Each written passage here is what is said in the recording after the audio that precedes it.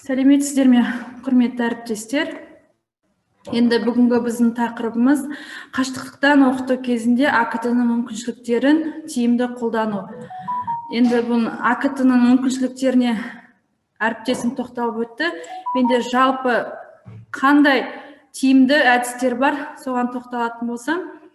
Осы жылы әлемде орын алған пандемияға байланысты елімізде білім жүйесі қашықтықтан оқыту форматына көшті.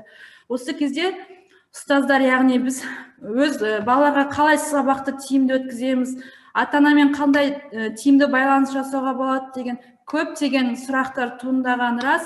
Осы жерде бізде басты қашықтықтан оқытуды ынталандыру мен қатыстырудың ерекшеліктерін зерттеу. Яғни оқушылардың өзіндік жұмысын қалай ұйымдастыруға болады, немесе үй тапсырмасын қалай тексеруге болады деген сұрақтар туындады. Осы кезде әртүрлі платформалар, бағдарламалар бар.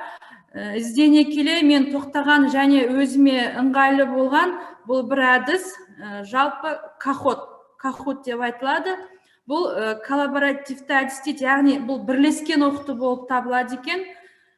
Бұл неге Kahoot?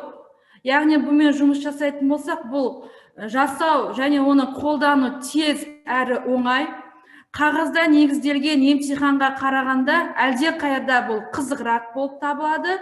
Және анализ жасауда сіздің уақытыңызды үнемдейді. Және бұның тиімділігі әртүрлі ойындар ұйымдастырғанда, яғни кім шапшаң, кішігірім емтихан, көшбасшы, зерттеу жұмысы, әртүрлі топпен жұмыс жасауға болады екен. Ал Kahoot сабағыңыздың атмосферасын өзгертеді, яғни қалай өзгертеді? Тыныштық, қызығушылық, мазмұнын нығайту, мәліметтердің мазмұнына немесе сынып деңгейіне қарай сабақ беру. Енді жалпы тоқталатын болсам, Kahoot сервисі 5 негізгі сайт және қосымша бір сайтпен жұмыс жасалады. Яғни мына жерге экранға қарасақ, Create Kahoot дейді, жасылмен тұр. Яғни бұл пайдаланушыға, мұғалімге Kahoot-ты жасауға арналған сайт. Ал келесі 5 сайт бұл Kahoot-ты іске қосу үшін арнайы қызмет етілетін сайттар екен. Енді бұл Kahoot-пен бірде пин-коды бар, ойынға қосушылардың максималды шегі 4000-ға жуық пайдаланушы жұмыс істей алады. Бірақ бұл интернеттің жоғарылығына байланысты екен. Енді Kahoot-қа жалпы жұмыс жасауына тоқталып өтетін болсам, сіздерге қазір видеоны ұсынам. Өз сабағымда бұл жерде 5 сұрақ белгіленген. Сендерге мен оқып отырамын. Қазір экранда жауабы шығады, сол бойынша белгіленген. Содан кейін бұл жерде сендерге айтып өтетін бір ерекше арасында басты назар аударатын 1-2 сұрақтар бар екен.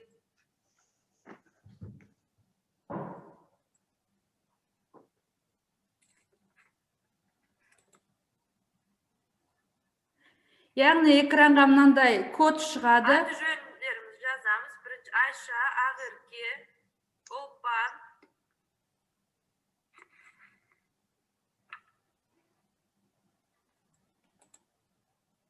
Жарайсыңдар. Әр сұрақтың жауабы экранда көрсетіліп тұрады. Дұрыс жауабы. Бірінші орында бізде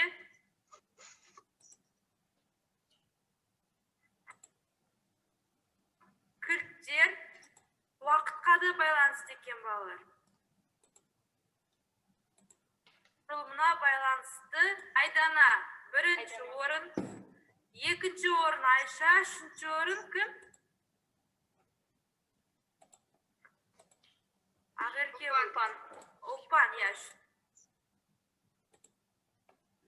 Яғни, осындай әртүрлі сабақтарда балаларға жылдам жауап беруге, олар бұл жерде барлық оқушы сауалнамаға, яғни тестке жауап береді екен, толығымен сабаққа қатысылады.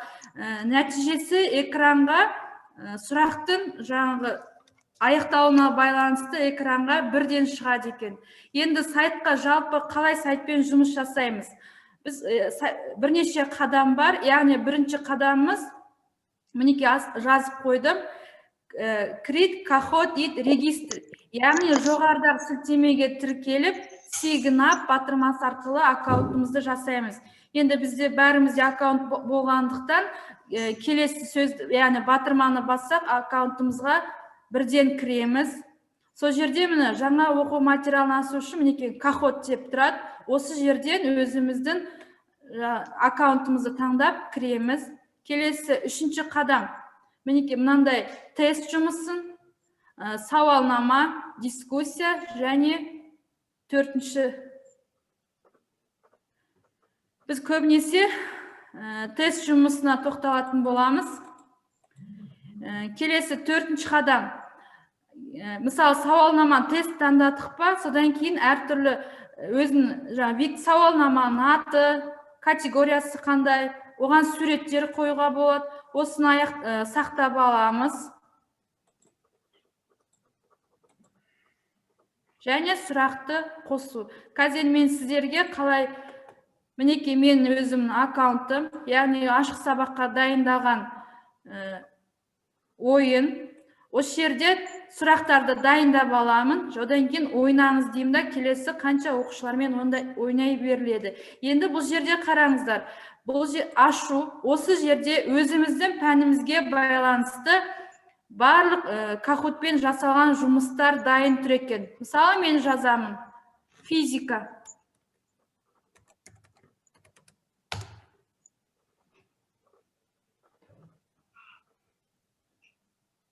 Мінекей, физика сабағына байланысты әр тақырып дайын кахоттар бар бұл жерде, ойындар. Осыны кез келген ашып көремді. Мысалы, бір тақырып мінекей алдым.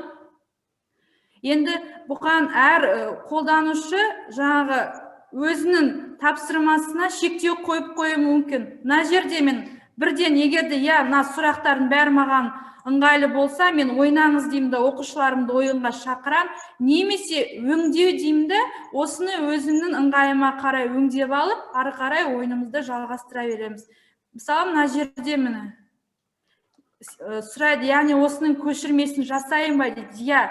Мына жерде дайын тапсырмаға суреттер қоямыз, жоғары жағына сұрақтар жазамыз. Мына жерде дұрыс жауаптарын белгілейміз де, осыны сақтап, оқушыларға дайын жібере береміз. Яғни бұл жерде бізде уақытты тиімді пайдалануға болады, уақыт көп кетпейді. Дайын қосымша ойындар бар.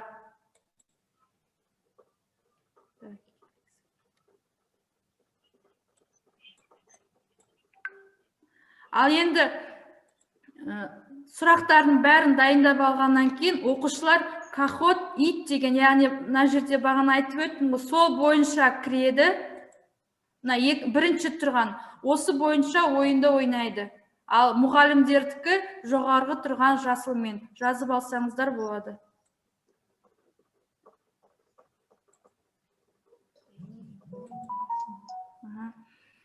Ойынның өту барысы екі түрде болады, жеке және топпен. Бұл жерде біз көбінесе, яғни классикті таңдаймыз, осы бойынша жұмыс жасаймыз.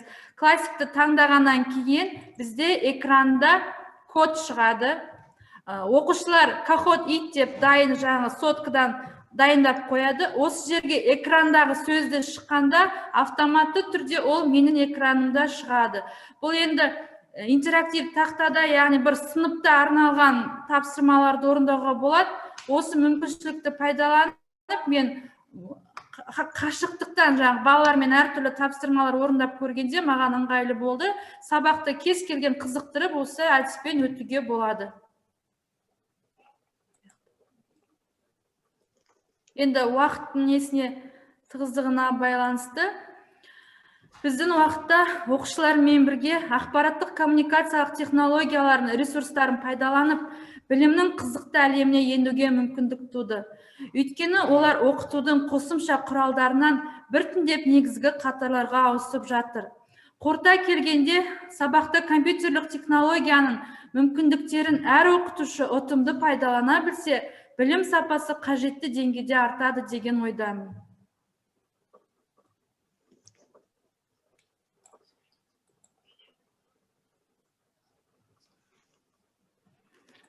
назар қойып тыңдағандарыңызға рахмет.